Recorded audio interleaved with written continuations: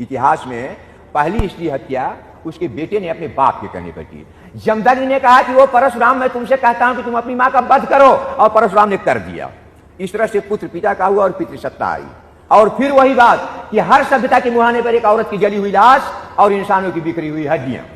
ये लाश जली नहीं है, जलाई गई है। ये हड्डियां बिखरी नहीं है, बिखेरी गई हैं। ये आग लगी नहीं है, लगाई गई है।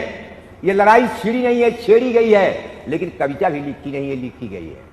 और जब कविता लिखी जाती है तो आग भड़क जाती है। मैं कहता हूं तुम मुझको बचाओ मेरे लोगों इस आग से, तुम मुझे इस आग से बचाओ मेरे पूरब के लोगों, जिनके सुंदर खेतों को तलवार की नोकों से जोता गया, जिनकी फसलों को रथों के चक्कों के तले रौंदा गया।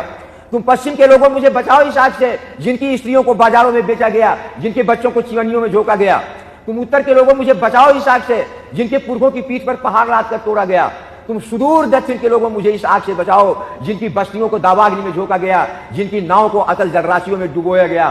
तुम वे सारे लोग मिलकर मुझे बचाओ, जिनके खून के गारे से पिरामिड बने, मीनारें बनी, दीवारें बनी। क्योंकि मुझको बचाना उस स्त्री को बचाना है जिसकी लाश मोहनजोदड़ो के तालाब की आखिरी सीढ़ी पर पड़ी है। मुझको बचाना उन इंसानों को बचाना है जिनकी हड्डियां तालाब में बिखरी पड़ी हैं। मुझको बचाना अपने पुरखों को बचाना है। मुझको बचाना अपने बच्चों को बचाना है। तुम मुझे बचाओ, मैं तुम्हारा कवि।